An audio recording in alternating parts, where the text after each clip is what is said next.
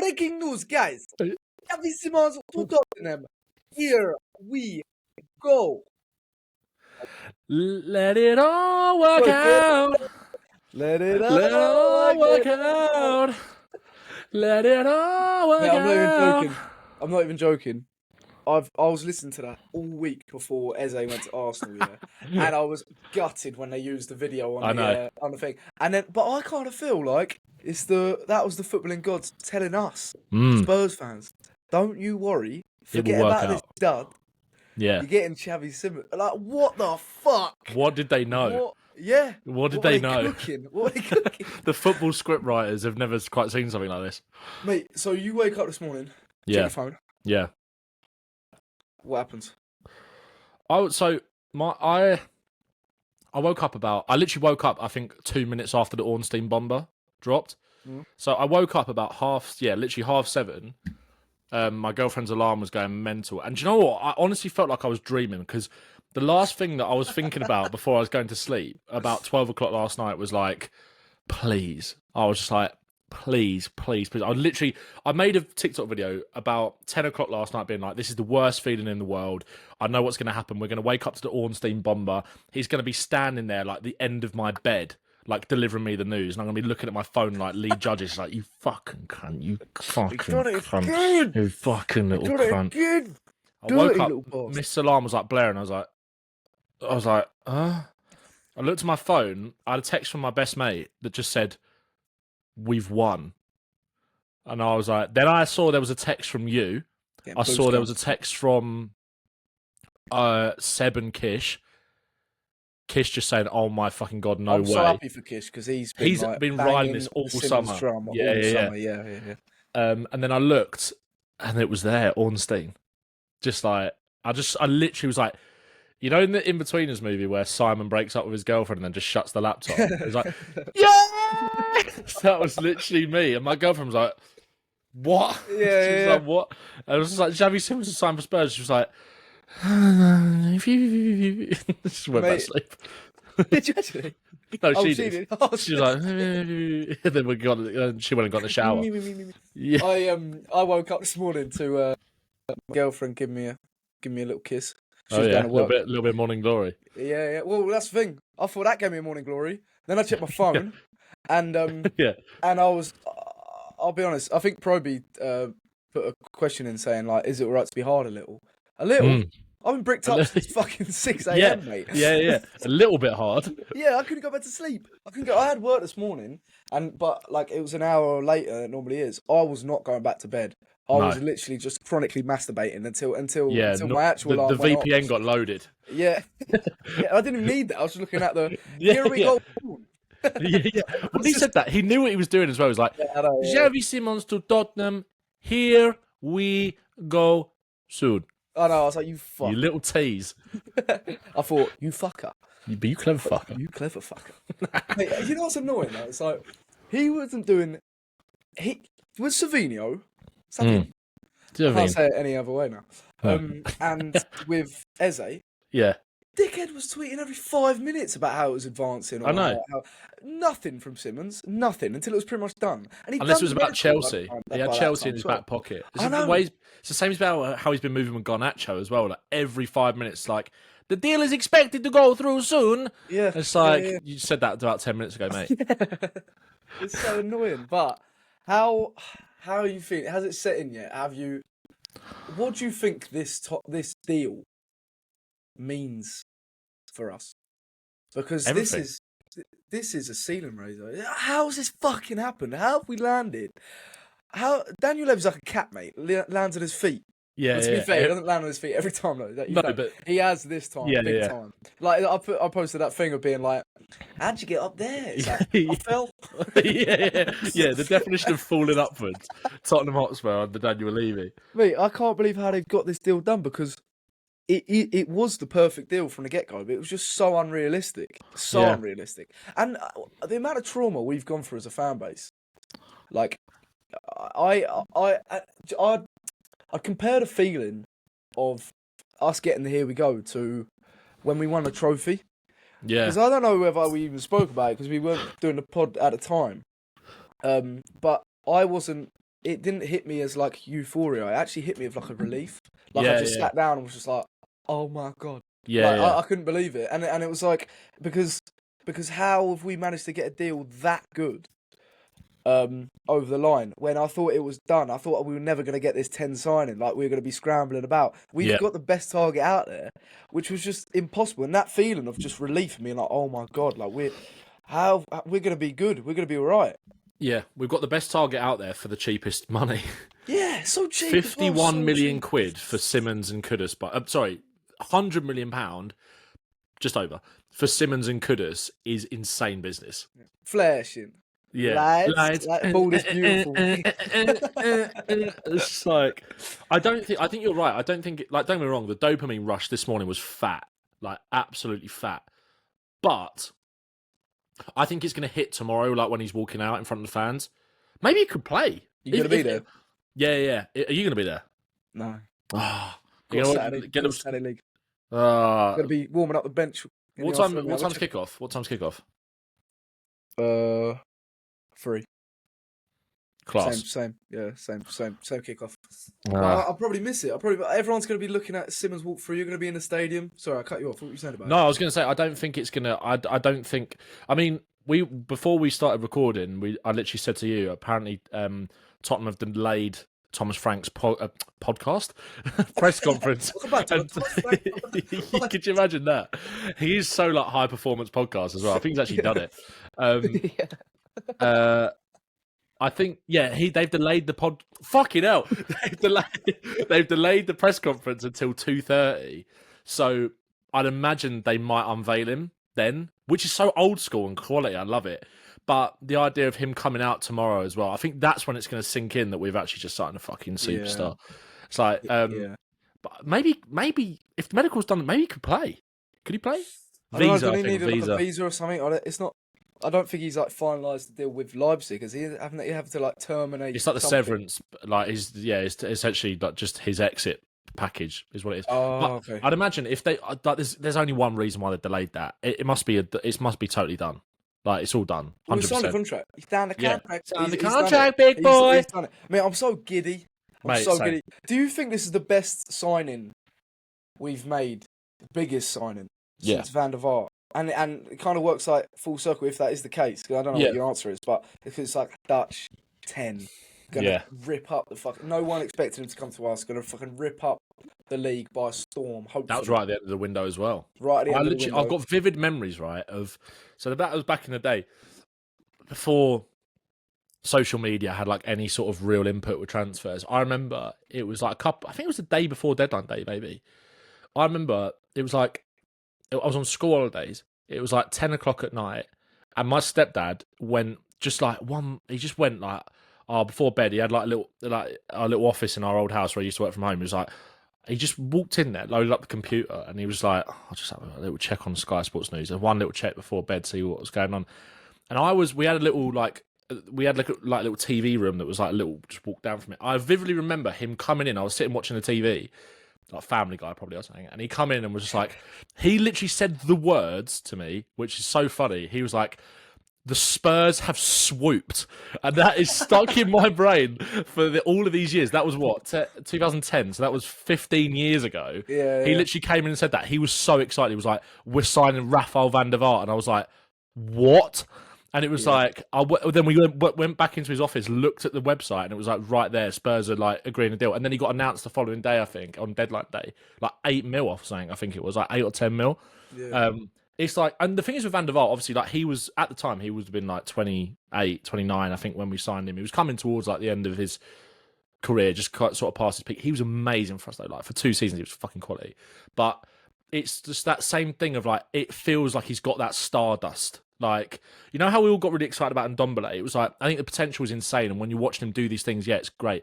Xavi Simons, I think, is just like another level of just like absolute star. And I think we have got the best player out of the 3 that we were linked with. Don't get me wrong, Eze, Gibbs White and Simons all would have moved the needle a lot for Tottenham. I actually think Gibbs White more than Eze, to be honest. I'm not just saying that because he's a fucking gooner cunt, but which he is. But I think Gibbs White would have been more than Eze. And I think Gibbs White and Simons are also slightly different players. I think the thing with Simons is that the weird thing with Simons is that, like, you were kind of saying that how Spurs got this deal done right. Obviously, Chelsea have kind of also like been there all summer. I think partly the reason, and I was reading an Athletic piece about this, one of the reasons that nobody kind of snapped him up to this point is that he was almost a bit of an awkward fit for a lot of teams. No team really needed like a pure 10, and we did. So it kind of was a bit bizarre that we didn't really go in for him before. Gibbs White, obviously, I think is definitely a really good number 10 that I think offers you a lot of versatility, offers you different things to Simons. I think he could play deeper as an 8 as well. Like, his running power is so strong. He's covering the ground. He's worked so hard. Eze, again, he's more of a 10, I think, than Gibbs White. Even like all these players play in these positions, I'm aware of that. But like in terms of profile, like a pure out and out number 10, like Eze again fits that mold more than Gibbs White, I would say. Again, slightly different sort of player, likes to come in off the wing and kind of dribble inside. Xavi Simons is that connector in the final third, like pure number 10, playing just behind the striker. If you get the ball in between the lines into the pockets where he can just turn and do something special. Like, he's brilliant at dropping deep and kind of orchestrating the play from deeper positions, but Tottenham is the best fit for him tactically, and also like I think like I'm so glad he's come to us, because it's like he's going to start every game, like every single game. He will be there if he is fit, which hopefully he can stay fit. He is going to get the most amount of game time. It's the best move for his career. He is the star. He's instantly just become like, you know how we were saying with Eze, like Eze would have been the face. Yeah, Simons is that face, I think now. Like, the epitome of what we're trying to build with like young players who have got incredibly high ceilings and potentials, but also like Simons ticks that box, but also ticks the star player box of being able to come in and do it now, like hit the ground running now. Hopefully he can. Obviously, we'll see. He hasn't kicked the ball for us yet. But with that quality that he's got, I back him to do that. It's such a good fit, I think, for what Frank wants as a 10. Just that goal scoring ability in and around the box. Such a clean ball striker. Good presser as well. Just able to produce off the cuff moments of magic. And he's just get him in that. It's like, I think he's quite similar to Vaart. I think it's like similar sort of profile to Vaart. I think a little bit. Just get him in that final third. Get us playing through the lines. Get him on the half turn, outside the box. Bang, magic. Did we get him for like 55% cheaper than Vaart? Yeah, that is mental. That when you put it like that, because Xavi Simons has been about for ages. He's still only 22.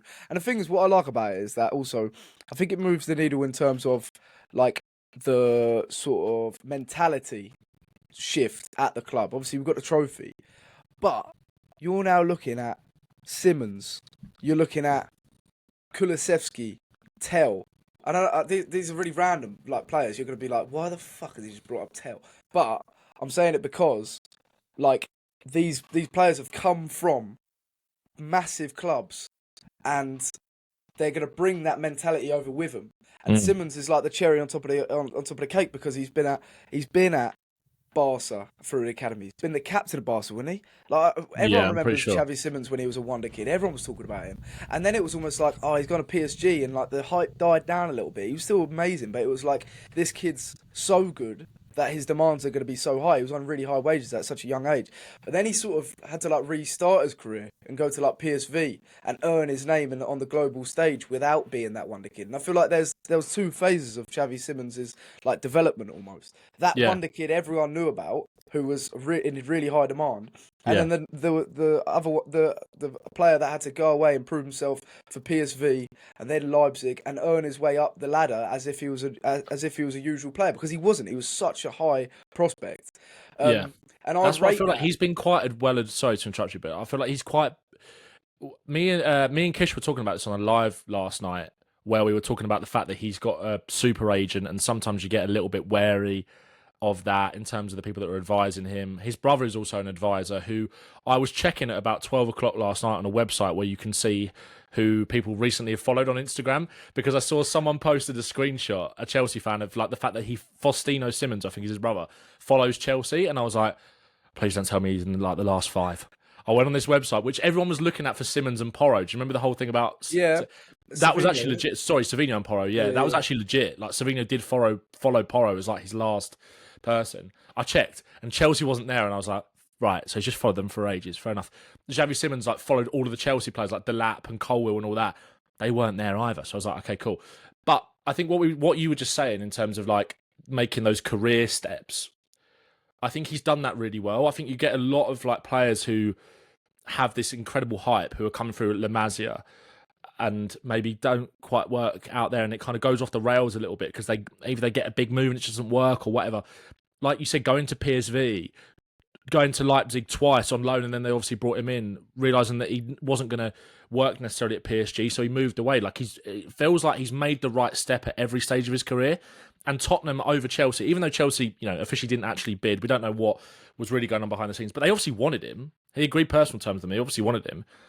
And of course, I get why he'd go to Chelsea, but I do think he's made the right step in his career once again to come to Spurs and like be the face of a team that can really kind of do something. I think now, I think it's such a good signing. Yeah. It's such a good signing. Also, in terms of like pedigree, having Xavi Simons sign for you when it comes to making other statement signings in the near future in other transfer windows, they're going to look at our team and be like, "Whoa, hang on a minute! They've got a World Cup winning centre back who's just signed a long-term contract as their captain. They've got Xavi Simons, global. He is bordering on a global superstar in the football world, I think, especially European football. Everyone knows who Xavi Simons is. And he's signed for Spurs. And he's going to be like the star man. And then you've got players like Kulusevski, like Kudus, Paulinho, like Sar's coming into his own. Like, all of a sudden, you're seeing such a great group of players for this long-term future. And I know... I know Paulinho is like experienced, but you kind of need those experienced heads. I feel like we found like a really good balance for the now and the future is what I'm trying to say. Yeah, for sure. And you're looking at like Bergvall, Xavi Simons, Sarr, Gray. Like this midfield's fucking set for the next 10 years. It's unbelievable. Like this midfield that we've got is so good. And on the wings as well. Xavi Simons and Odegaard linking up. They did for PSG in the academy. Like they're gonna create like it's gonna be a movie, mate. Can I just read you a tweet? Yeah, go for it, mate. I'm gonna get up on screen so the viewers can see this. Yep. So this was tweeted on the 7th of July at 12:30 p.m. from LK Come On You Blues. Yep. Chelsea fan. Yep. Who said, "Need an 8/10 that's great between the lines, can link midfield to attack, is intense out of possession and can score goals. Brackets, ball striking plus willing to run beyond false nine when used. Close brackets. As far as immediate / realistic options go, Xavi Simons and Mohamed Kudus feel like the obvious top options." And you got neither. And we got both. Both balling out in lily white. We'll take it from here. We'll take it from here. The thing is, though, that's the thing we have had. I mean, I don't want to say it. I was going to ask you as well. Like, okay, if the transfer window ended right now, yeah, and it in pure sort of Levy style, I guess. Like, how would you rate this transfer window? Because if you were to tell me at the beginning of the window, yeah, you'll sign Xavi Simons, Kudus, and Paulinho, I'd be like, I will give you my third nut. Make it happen, please, please, like genuinely. Yeah. Now it's like you've brought us through so much trauma this window, like so much like psychological abuse, Levy, yeah. And I'm so happy, but it's more like it's like a massive sigh of relief, almost more than I can't believe we're acting like a big club, because it's been so messy and we've been scrambling about. We've ended up with these, apparently we're not done yet. We'll get into like Akanji and possibly other left wing targets later.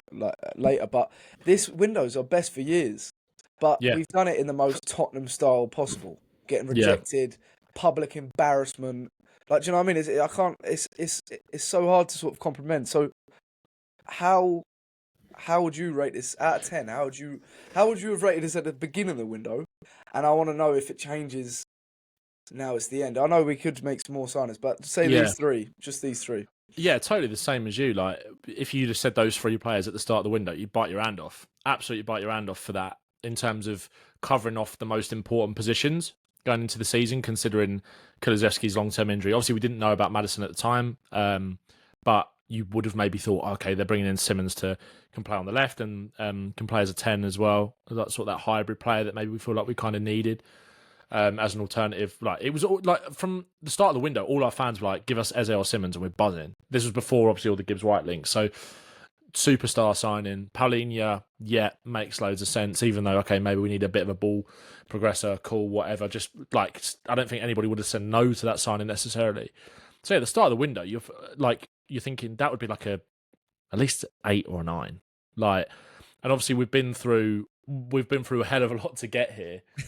But one thing we learned in Bilbao, it's not about the journey, it's about winning. Yep.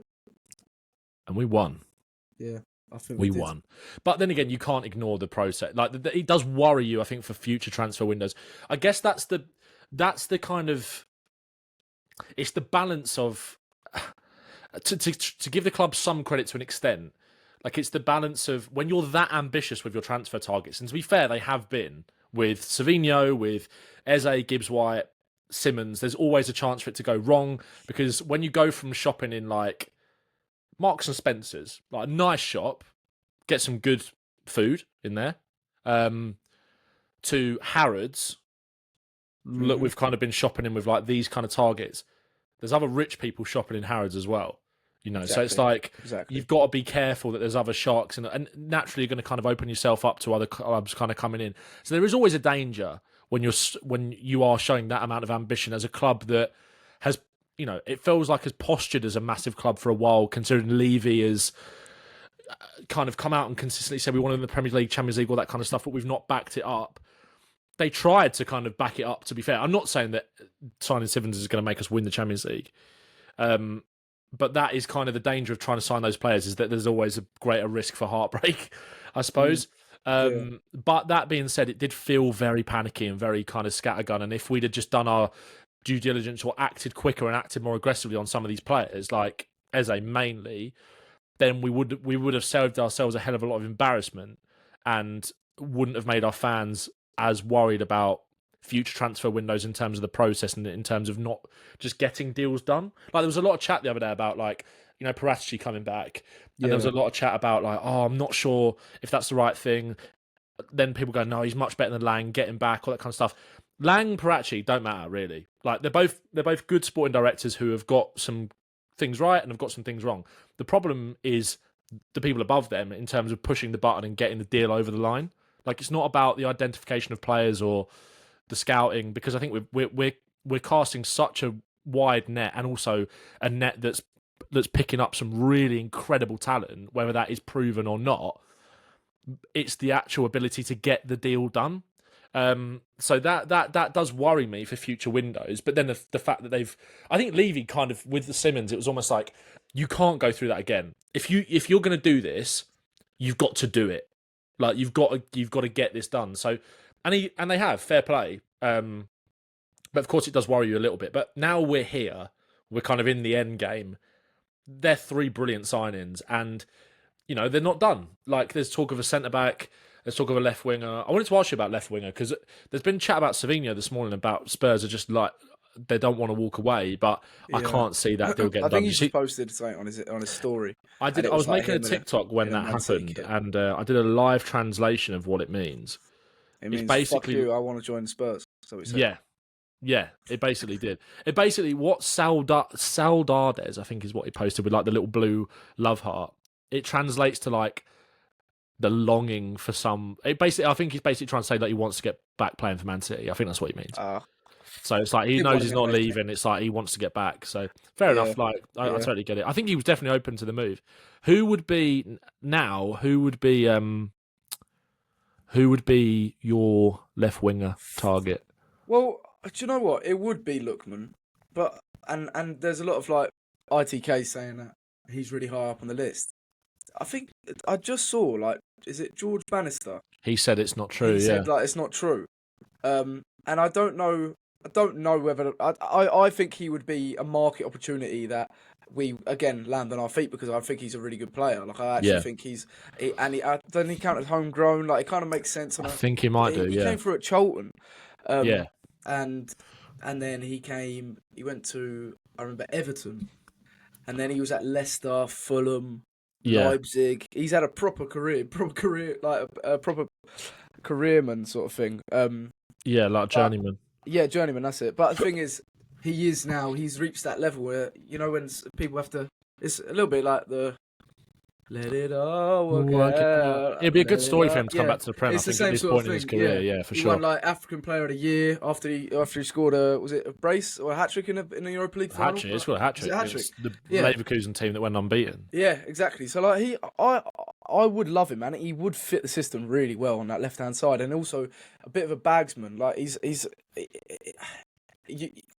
I think he'd give you the same thing as maybe like a Brennan Johnson, but he'd just give you a little bit more. I also think a lot more. Exactly, he can take on a man and stuff like that. So it's like that's what I was going to say. Because I do think that's the one thing that slightly worries me. I say slightly worries me.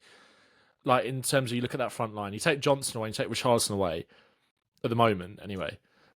You are struggling a bit for goals. I bet you back Simons to pop up with someone around the box, like find a yard. His ball striking from outside the box is really good. Johnson is obviously a great finisher when he gets himself into the right spaces. But I think Lookman as a profile, like Lookman has scored at least 15 goals in each of his last 3 seasons for Atalanta, and it's like sometimes they're getting on the end of things, but a lot of those times he's making something happen. It's like he will drive into the box, drop the shoulder, shift, shoot. Like he's a sharp shooter, and it's like I do feel like. Obviously, he's a totally different profile to Savinho, and I still think if we could get that done, I still think that's the one. Makes the most sense. I think just makes the most he's literally there begging for it. What? Who's Lookman? Yeah, for sure. Yeah. Someone will sign him. Someone will sign him in the next few days, 100%. I don't know who it will be. I think Tottenham have got a good opportunity, and consider there's no like. It'd be interesting to see if what George Bannister said is true, but. And that makes me think, then who are they looking at? Do you know what? I was talking about this with Seb this morning. I kind of feel like it's quite... I would like Lookman. I would like Savinho. Be happy with either of them.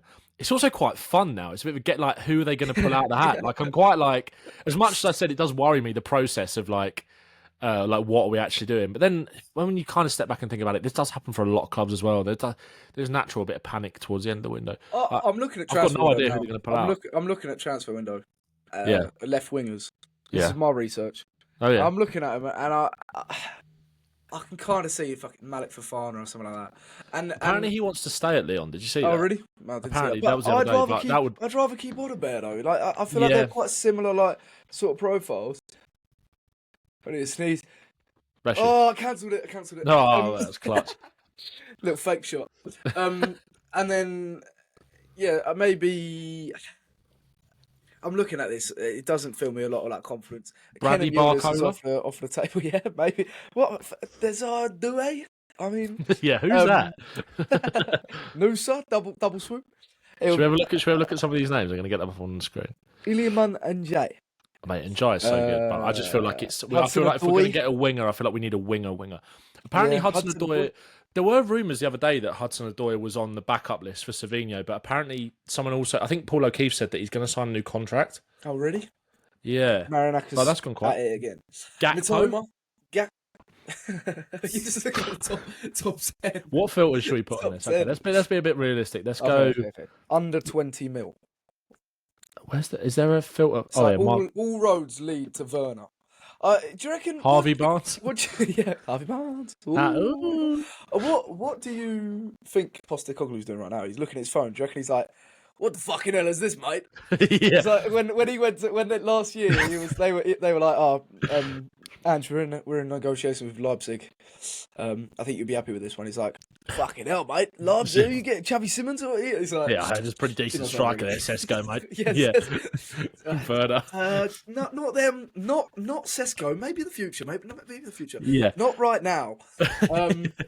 Timo Werner from last year. You like him? Oh, mate. No, mate. You're killing me, mate. I know, it's so true though. It's like, why this summer? I mean, I'm not complaining, but it's like, why have we just... I think they're under pressure. And if they didn't, I mean, what would we be? We'd be a fucking mess. Like, this is such a window to capitalise on. I know Newcastle just signed that striker from Stuttgart, but... Yeah, Voltmarder.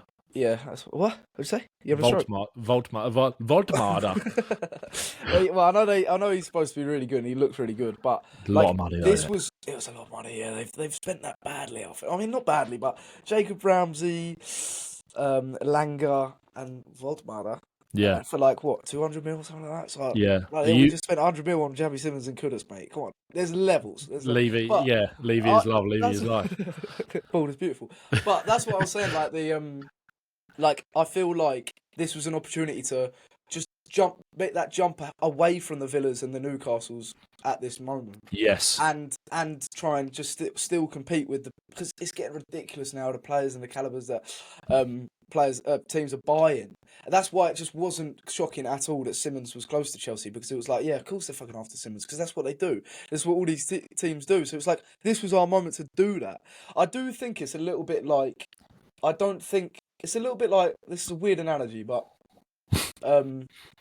you know when like people speed in cars, and they slow down when they see a police car, and it's like, well, I'm not speaking from experience. Hey, but like, I don't know who would do that. No, I figure like I'm only slowing down because out of fear of getting caught, not because the reason you're like bad to speed, because you cause an accident and endanger other people and yourself. And it's like I feel like Levy's doing this because of the pressure we're putting him under as a fan base. Which is like, it's showing that the change for Tottenham, everything, the protests. We need to keep this on the front foot, because we can't let this be a one-off. Football's changing. Football is becoming out of reach for Levy and the way he sort of goes about his business. I feel like this is a good start, and I feel like the reward he should feel for these and the appreciation should like drive him on to keep this ambition. The fear is that, and the way we've gone about it and how scrambly it's been, it's like, look at the end result. Look at how good this is for our club. Look at what we're going to do this season, and just think this is the way to go. This is it now. Kick on, but we don't know. Look at how the fans reacted to Kudus and Paulinho. This is exactly what we were kind of saying last week in terms of like. Yeah. The way you're thinking of, like the way that we're kind of thinking off the back of that game of years of being kind of burnt by Levy, is that he'll see that as like enough. Where it's like, no, we're looking at that and going, if you just sign a couple more players that are that level, already proven quality, will come in and add that little bit of stardust to the team, which is what Xavi Simons I think can hopefully do. Yeah. Then you will get the fans off your back. It's not that hard. No, yeah, it's just that we want to see a team that we ultimately like.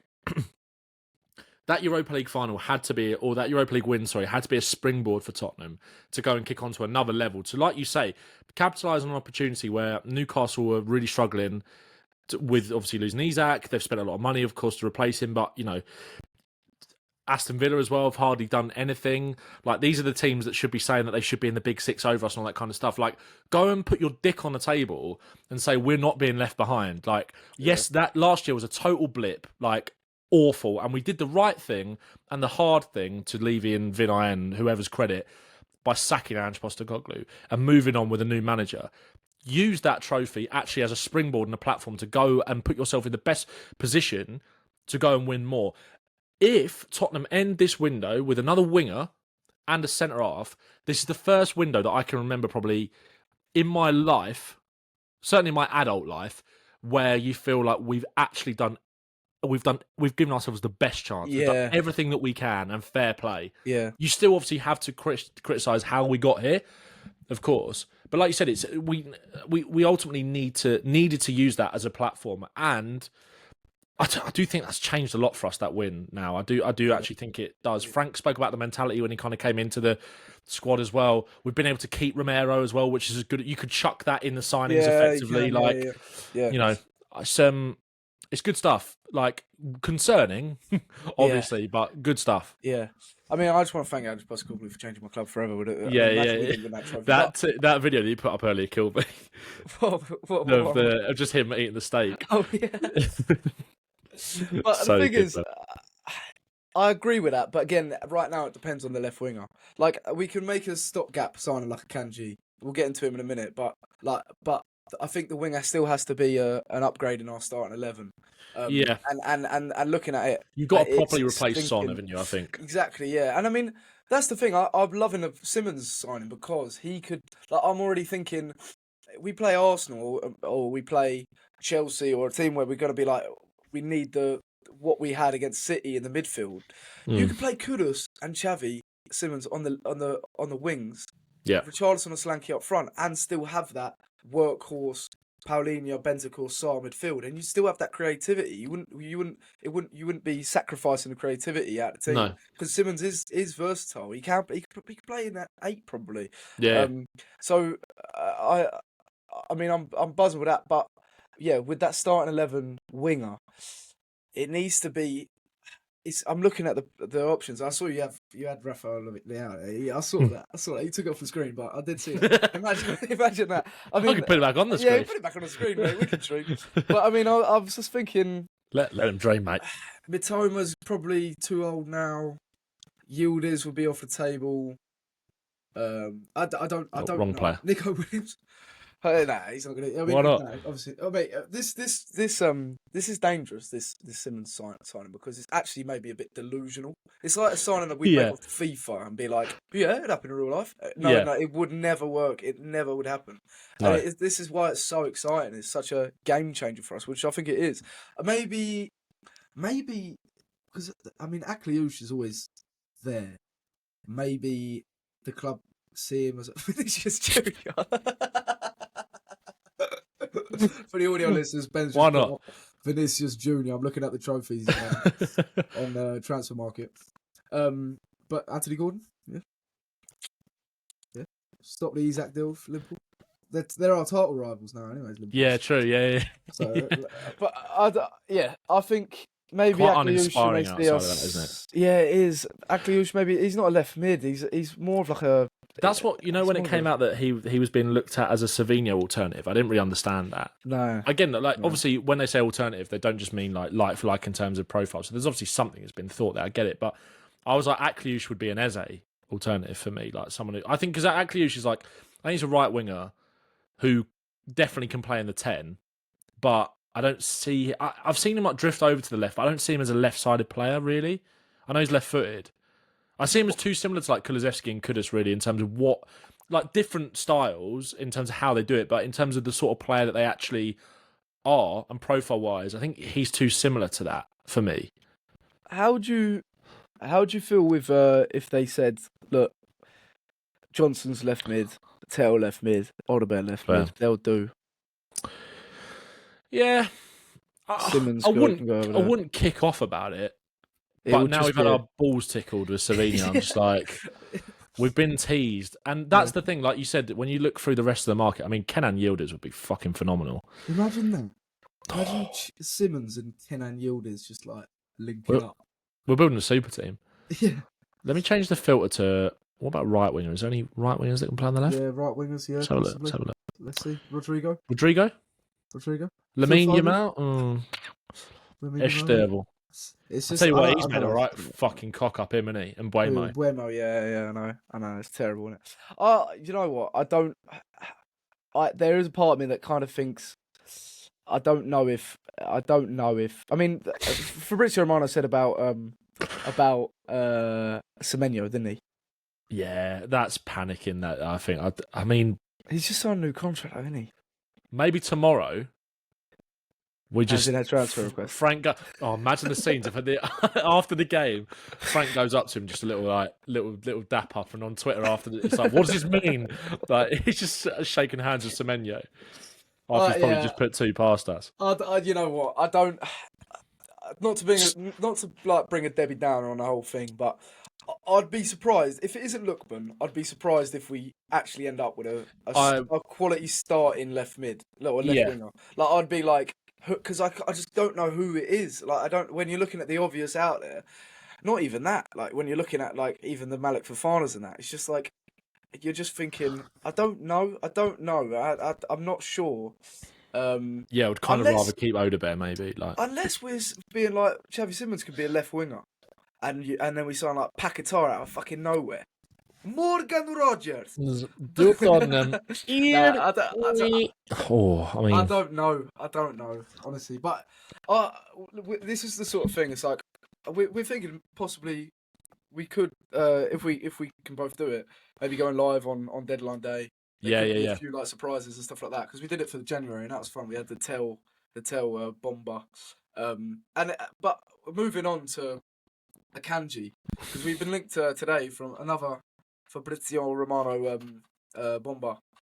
Akanji, Spurs have made the approach. I think someone else, is it Jack Gore. I don't know how you pronounce his name. He's like the Daily Mail reporter for Gordon. I think he's the Daily Mail reporter for Manchester City. Okay, so he's so quite like reliable. Almost. Yeah. I think he's on Sky stuff. And Romano went with it as well, didn't he? Yeah. Well, Romano's said like the exclusive, but I'm pretty sure. But Akanji, he said that this Jack. I'm not even trying to say. We've actually made an approach. We made it like an approach, and it's like Akanji would make perfect sense now that I think going into the window, none of us thought Romero would sign a new contract. No. So it was like whoever we signed at centre back needed to almost like surpass Romero. Whoever we signed as that centre back, and now we don't have that need. A stopgap makes perfect sense. And Akanji, I know he struggled last season. Yeah. But I think for Frank, it makes total sense. Yeah. And he's a winner, and he's experienced, and he comes in not with the expectation of being there for the long term, just for the expectation of being there for 2 or 3 years. And then by that time, Kota Takai, Byfield, potentially, Vuskovic, they're ready made, and they're ready to just take on the mantle. And it's just like, I would see that as just solid, a bit like Paulinho, solid, smart signing. Yeah. Adding the experience to a really young team, adding another winner into the team, someone who's just come from the demands of playing for Man City into the team. And it's like, all of a sudden, I just think it was a smart move. Like, it's not the hipster's choice. It's a very like obvious opportunity. But sometimes the answer is staring at you right in your face, isn't it? Yeah, it's just one of those. It's just like, now we've got Dragusin, Takai, Danso, and Akanji, if it happens, as replacements in case Romero and Van de Ven get injured, or rotational options. And I'm feeling very, very satisfied with that. Me too. Yeah, I would. I would also be looking at Nathan Ake as well, because the only thing I presume Akanji can play left centre back. I feel like he definitely can. So you would lean towards a left-sided player, just a bit of cover for Van de Ven. Yeah. So Ake, I think, would be decent. I think Everton were after him as well, weren't they? I think maybe. I think he'll stay now. Aitnour's injured. Yeah, that's true. I don't know how. Do you know how serious it is? I'm not sure, but Gvardiol's injured as well, isn't he? And it's like I think Gvardiol is back. Oh, so maybe. Let me have a look. I'm pretty sure Gvardiol, because I thought this the other day, because obviously after we played them, I think I looked at it. I'm pretty sure it said Gvardiol was like a knock, like it's not. Oh, okay. So we'll see. I'll have a look. Let me. Yeah. But yeah, I think you might be right though. It might be Ake. They might want to keep Ake because of that. Akanji, I just think, like you said, it's for all of that stuff. Like, he's a solid defender. I think he has declined a little bit at City. I think he had a really good first year and then sort of kind of fell off a little bit. But I still think, just for a body, and also like it can. I said this. I think we said this on the pod the other day. I said like, I think it can, for this centre back signing for me, it can just be like a long lay. Yeah, this is a little bit like that, I think. Yeah, like it can be like that. The disappointment around Longley was one because he actually was quite shit for us, but it was also because we needed a player desperately in that position. Like, we wanted Bastoni obviously so badly. Whereas this, it's a total opposite. We can afford to just have like if you can get a Premier League proven quality centre back that is happy to just kind of come and play in the Champions League, get good minutes, rotation, solid, absolutely fine with me. Like, that's great. He's a beast, and good on the ball as well. Good on the ball, and you don't expect him to like pull up mountains or anything like that. Is that the same? Or is it pulling up trees? I know what you mean. Pull up trees. Yeah. Trees, yeah. But, move mountains and pull up trees. Oh, right. But yeah, I mean, you're not expecting that from that signing. But it's like, you've seen the way we've been defending under Frank, seeing how he loves bodies in front of the ball, units in front of the ball, just throwing yourself at it, like being strong in challenges, aerial ability. Akanji just ticks those boxes, just like tick, tick, tick, tick, stop, and move on in the future. Like, it's going to be 2 or 3 years. How old is he? In his early 30s, 30, 31? Around that, sounds about right. And I just think it makes perfect sense, and then we can move on to whoever that left winger is. Hopefully, it's a really good sign. Yeah, I mean, that's fine. 30's fine. One thing that you just said about the kind of physicality, made me think about something that people have been saying about Simons. Is that's the only question mark they've maybe got about can he hack the physicality of the Prem? When you were saying that, I was just thinking about that, and I was just like, but if you've got all of those monsters around him, and when you've got someone like Kudus in that front line as well, who is a physical monster that has to be kind of doubled up on a lot of the time anyway, that frees up a little bit more space for Simons probably. And also, if they then feel they have to double up on Simons because of what he can do, then it just opens up more space for the other demon in that front line, which is Kudus anyway. So it's just like, it doesn't actually matter, I don't think. Because we've got so many other demons just to win the ball back if he loses it because he gets barged off it and then we go again. Like, I don't think he's a dud when it comes to physicality either. Like, I'm going off. He just looks a bit smaller, doesn't he? Yeah, but I'm going off that one bit of footage in the semis in the Euros where he just pushed Rice off the ball. Of course he did. And then just absolutely twatted it top bins. What a goal! What a goal! Semi-finals. Yeah, coming soon to Tottenham. Yeah, like I can't wait till he does that against like Brentford in the League Cup semi-final. Yes, League Cup brings on the League Cup. Man. Yeah, I mean, I don't see it as an issue, like you said.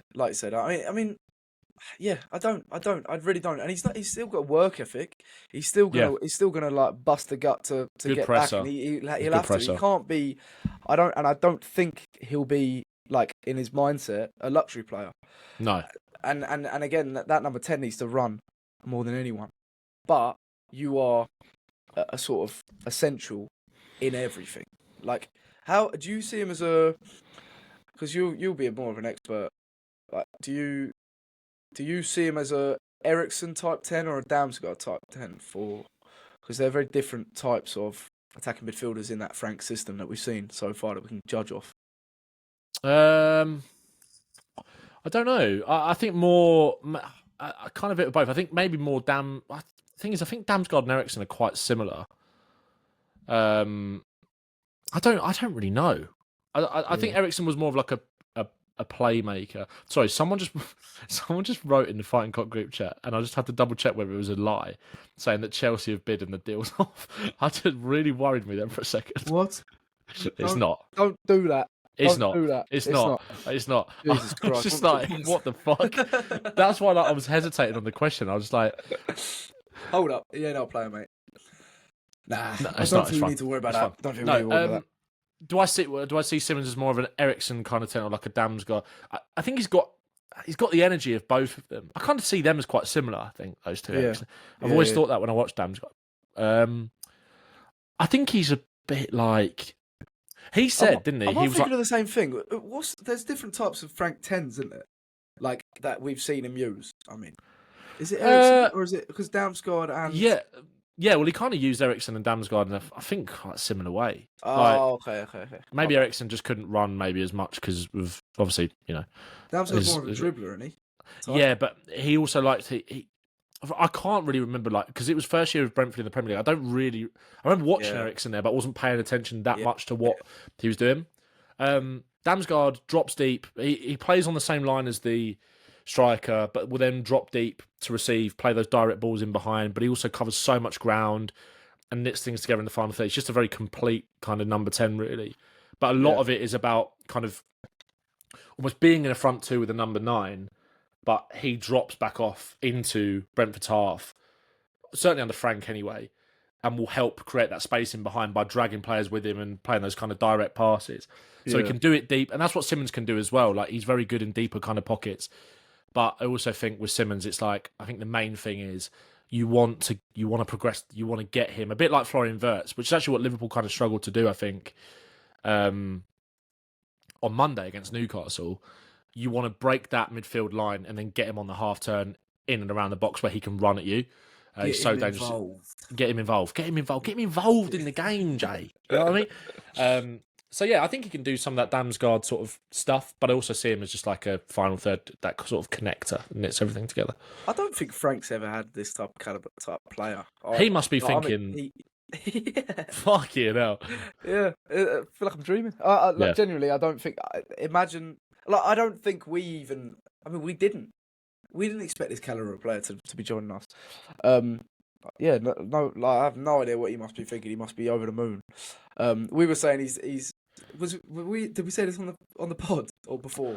It's like he's delayed the press conference because he just needs to finish that wank off because it's like, yeah. he's so excited. yeah. He's on the phone to his wife, just like, I can't fucking believe this. She's just like, keep going, keep talking to me. It's just like, we just signed Xavi Simons. It's just fucking Akanji's walking through. Well, that press conference is in 9 minutes. Is it? I'm excited. We will be there. Do you think this elevates our sort of expectations for where we finish the season, what we can achieve? Yeah. Having someone like that? Do you think? I think we should be pushing for Champions League 100%. Oh, I was expecting that anyways. Yeah. I thought we could. I thought we could, but now I'm like, we can. We should. We can't. We should. We should finish in the top 5. I think that. I think we're better than a lot of these teams. Yeah, I think so. When you look at our team on paper, and also Kulusevski coming back, that was the one thing about Lookman. Also the manager. Manager, exactly. And the way we've been performing already this season, and then you just add a little bit of spice to that. And add like Xavi Simons, do you know what I mean? And whoever we could bring in left mid. One thing I'd say on Lookman is that we've got the AFCON this season. Sar's going to leave. Kudus is going to stay. Lookman, it's like, can we afford losing Lookman? Did Nigeria qualify? Oh, they must have done, no? Surely. But that's one thing where I'm thinking. Thing is, though, we're forgetting Kulusevski. We're forgetting all these, like, I mean, obviously Maddison, when he comes back, hopefully is the same player. But it's like, when you look at our actual squad, you're thinking, fucking hell. Yeah. There's so much potential here, especially when you bring in the fact that we've got like a smart, tactically flexible manager. Also, it alleviates the pressure, I think, on like Telenodebear a little bit as well. Yeah, and Johnson. Yeah, Johnson. When you've got those ball players, Kudus and Simons, to you need to double up on both of them. Yeah, and then Johnson's gonna fucking love having them on the same team because he won't even have to touch the ball. Yeah, exactly. Until he puts it in the back of the net. Yeah, you get over there. We'll find you. We'll find you. You have my permission to stay over there. Yeah. I'm really excited. Oh, no way. What? Oh, Chelsea got a better deal. Chelsea got a better deal. Who are they signing? Buenanotte. He's a tidy player, to be fair, but fuck me. I mean, is he going to? Is it Blueco that signed him, or is it Chelsea? Yeah, is he going he'll be at Strasbourg in a couple of years. They signed him CISO, like joint ownership. Do you know what though? I'm over the moon with that because he would have been ours if we didn't sign Simons. Do you know what I mean? That would have been the type of signing that I'd be like that I'd expect us to make in the dying moments of the transfer window. And like Buenanotte is a tidy player, really good, but mate. Xavi Simons, like they're out of our league. Pulled a worldie. Djed Spence. I want to talk about Djed Spence before we finish up. Oh mate, yeah. He's got the England call up, which we all expected him to do. Fully deserved. So deserved. And obviously he's just signed a new contract. He's another player. Let it all work out, isn't he? Yeah. I want to see the Rising Ballers post on Instagram. Yeah. So let it all work out. I'm so excited for him because if he can kick on, and I mean him doing shifts left back, it's done the world good for England. I think. I literally said this. I said this around the first score. I remember I went on the Ripper Effect when we were talking about Djed Spence, and I said that is what will help him get into the squad 100%, and that is why I was so surprised that he didn't get in it the first time round. Maybe Tuchel just wanted to see more of him. Fair enough. Okay, I get that. But that's why he was an absolute no-brainer this time. When you go to tournaments, what you need is that versatility that can play in a different system, back 4, back 5, but also offer you. If one of your fullbacks can play on either side, which they've got with Livramento as well, to be fair, I think he's as good at left back almost as he is at right back. But Spence is just his one-on-one defending, his physicality as well, his engine. Like, even if he doesn't start games in the World Cup, by the way, if he gets in the squad now, he's not getting out of it. Like, I genuinely think, like, I said this earlier, I think some people with Spence almost think that with his, like, where people were saying about his attitude and his mentality problems and all that kind of couple of years ago, and I think that was validated a little bit at Leeds because he did kind of shoot himself in the foot a little bit with that. But I think some people almost painted someone like Spence out to be this sort of light of like, okay, once he gets there, he's got there, so maybe he won't kick on necessarily. Whereas I feel like with Tottenham and with England, it's like once he's in, that and the mentality kind of goes the other way of like, you're not getting me out. Yeah, like, I think he'll just kick on. and carry on the same trajectory that once he was actually given the opportunity with Spurs, I think it'll be the same with England, hopefully. Yeah. I want that arrogance he's got as well in international tournaments where you're gonna be up against like the best of the best on the wing and being like, yeah, I fucking have them. Like, do you know what I mean? I love that. And he's up against what? So now England you got an emergence of Lewis Hall, Miles Lewis-Kelly, Djed Spence. Like, you've got a hub of left backs there that are gonna like push each other. Like, okay, Lewis-Kelly he's really good. He is really good. But you're now having him and Spence, and Lewis Hall, and obviously Livramento left back. I'm really excited to be an England fan and have those fullbacks. Like, and for Spence as well though, I still feel like that's competition and that's depth, but he can shine above all of them. He's so good. He is so good and so undervalued. And I feel like if he puts in a good couple of performances for England, the world's going to be talking about him, because the world will remember him in the Super Cup. They'll remember him against City, and then they'll be seeing him ball out for England. They'll be like, he's really, really good. It's like a lot of our players he's as still well. young as well. Yeah, it's like a lot of our players. I do think a lot of people now are going to realise how good these guys actually are. Yeah. Like Sarr, I think as well. Like a lot of these guys are just like rival fans are going to go, fuck me. Like, I didn't realise that he was that good. And it's like, yeah, well, we have been saying this. It's just that we had so many injury problems and we were playing a system that didn't really get the best out of the players. But we knew that there was real talent there. And Spence, despite all of the shit around it and the context and how bad we were, was the one that kind of shone above anyone, really. Yeah. You know, so I'm so happy for him. I'm really happy for him. Hopefully, they don't run him into the ground, and that's the other thing. I don't think he will. I think he'll play like one or 1.5 games. Yeah, and it'll just boost his confidence. He won't be too tired, because once that international break, I think, is over, the season really kicks on. Yeah, Champions League. Yeah. Speaking of which. Oh yeah, of course. Fucking hell, I didn't even write down the running order. Jesus, so much happened in the last 24 hours. It's light unbelievable. Work though, isn't it? I didn't even think about it. Just light work, so there ain't really much to say. Oh no, Glint. Yeah, right. It's quite funny how we got them and Frankfurt away. Yeah. That Ali goal post was so good. So good, yeah. You're not going to be playing nice teams like Eintracht Frankfurt and Bodo Glimt in the Champions League. Oh, really? Yeah, I know. And also, I'm so happy that we get to see like us against PSG again. Us against Dortmund at home. That's like an iconic Champions fixture. League heritage, that, isn't it? Champions League heritage, yeah. I mean, Dortmund must hate us. And who else did we get? Monaco. Monaco away. Eric Dyer. Copenhagen at home. Did we get them? I can't even. I actually can't remember. We did get Copenhagen. We did. I've got it. Yeah. Who else? I think the actual fixtures are announced tomorrow, aren't they? We don't know the order. But we've got Dortmund at home, PSG away, Villarreal at home. Party coming to the lane. Cunt. Put one on him, mate. Frankfurt away. Challenges. Slavia Prague at home. Bodo Glimt away. Copenhagen at home, and Monaco away. Top 8. Easy top 3. 16. Yeah. Does the world of good as well, because in Champions League you want competitive games, but you don't want to get dicked out of the competition. Yeah. And we've got a good blend there, where it's like you can grow. Tournament football is so important to grow with confidence throughout a season. Momentum. Also, can I just say, with the Chelsea deal, your boy Flav and John Bass. Yeah. I was listening to them. They're talking about the momentum of deals. Yeah. And how it always works out of our favour with Spurs, and the way we drag deals out, and then something exciting will happen and they'll pounce, they'll jump ships. Yeah. Exact same thing's happened to Xavi Simons. Been waiting for Chelsea all summer. Yeah. We've come in. Do you like this number 7 shirt? Yeah, it's yours. There you go, mate. Yeah, there you go, mate. Look at this Hotspur way. You want to be the face of the project? You want to be the face of the project? Yeah, Champions League football. Your mate Mickey, like Odd Bear from your youth days. Yeah. Just it's exciting. They probably stayed at the hotel lodge, like just took good care of him, sort of thing. Yeah. And he was probably like, I love this place. They love me. Apparently, he was like really good mates with Odebear as well. It wasn't even just like they were teammates. Oh, really? Apparently, they're like good friends. Mate, that link up's going to be underrated. That link up's going to be really underrated. I saw this picture earlier, right? Because someone tweeted it, and I was like, this looks nothing like Odebear. Or is it just me? Yeah, he's got short hair. Yeah, it looks nothing like him. Yeah. No, it doesn't look anything like him.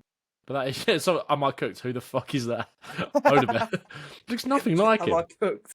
Yeah. But also, even if Odebear, right, like I think I do think he's got a higher ceiling, higher potential, and I want to see him play games, right? Even if like he's not amazing, think of the technical quality in that front three behind Solanke or Richarlison. Yeah. Kudus, Simons, Odebear. I've got ballers at my football club. Yeah. I also hope that Xavi Simons and Kudus, with what they'll do and what they will do in a Spurs shirt and the courage they show, will sort of motivate and inspire Odebear into doing the same thing and to just grab a game by the scruff of the neck, because that's what we've been screaming out for Odebear. Yeah, like, show your ability more. Exactly. I said this last week. I was like, one thing it does when you bring in players of this sort of quality is naturally it raises the floor and the ceiling of your team just because you've got better players. But also it makes everyone it raises the floor of the squad because of the competition that is there as well. Like that's a massive thing in terms of everyone else's levels going up because of the players that we have signed. Like you think about the competition for places we've got about across that front line when everybody's fit. Simons, Kudus, Kulusevski, Maddison, Tell, Odebear, Johnson. I think that's it. Is that it? That's 7 players, like to kind of fill 3 spots. But Brian and Solomon as well. Fuck Bowman. Back in training, isn't he? Back in training. Fuck him, we got to sell him. And Hill, how are they still here? I know. Basouma's collapsed, the selling aspect has been a bit of a failure a massive failure. It will be I think there'll be a lot of loans towards it. That's one thing we won't get right, I think. Yeah. See, Basouma's loans like collapsed. Yeah, I saw that. I did see that. So typical. They were concerned about his fitness or something. What were you saying though? Sorry, I cut you off. About what? You saying about the group of players? Oh no, saying it's like a lot of competition. It's just it raises the floor because of that, not just because of the quality, but because of the competition. Yeah, it does. I do think people are forgetting about Tell, and I do think this is another signing, just like it did with Johnson, that is going to benefit Tell because again, he's going to get chances. He's going to get heaps of chances, like for playing alongside Simons, Richarlison, or Solanke and Kudus or Kulusevski. That's another thing. Like when Kulusevski comes back, Kulusevski, what a player! Also, you think about his mentality, like he'll be raring to go. I think. Like. But imagine like Kulusevski in the 10, Kudus on the right, Simons on the left, Richie or Solanke up front. Have a look at this. Literally, I've got a picture that sums up exactly what we were just talking about. Oh yeah. Have a look at that. Oh, that's unbelievable. Title winners. So for the audio listeners, it's just our squad at the moment. And it's from Bill Nick. Oh my god. I thought he was dead. He's alive. He's alive. I'm alive, he says. He's alive. Hello, Ian. Long time no see. You got Vicario, Kinski, Austin, Romero, Danso, Van der Ven, Jagusin, maybe Akanji in there, maybe Takai is like the second coming of Maldini, we don't know about it. Yeah. Porro, Gray. I think that's a bit feel bad for Gray there. Get rid of Basuma, put Gray in there. Put Gray, yeah. Let's do that. In midfield. So Porro, Spence or whoever. Yeah. Spence and the doggy on the left. Got Paulinho, Gray, Bentancur, Maddison, Saar, Bergval, Simons, Odebear, and Tell on the left. Richie, Solanke, Kudus, Johnson, Decky. That's a proper team. That's a squad. But I don't want us to be done there. No. We got deadline day stream coming on Monday. Yeah. Hopefully, Akanji's over the line because I'll take that, or another centre back, and of that ilk, and then Lookman and a left mid. I really want Lookman. I think. Guess what, son? I think you're next. You're next. You're next. I really want Lookman. To be fair, it makes perfect sense. Same. So, Ben, we'll see. Thanks so much, everyone. We've had such a good response of the last couple of pods online. It means the world to see the reviews and the comments and stuff like that. Thank you so much. Share the pod if you like it. Yeah, love you all. Thank you. Honestly, it's been amazing. And and share the pod. Tell your mates about it. Subscribe, follow if you haven't already. I think we're almost 1.1 thousand subscribers. So if we can reach 1.1 after this episode, that would be unbelievable.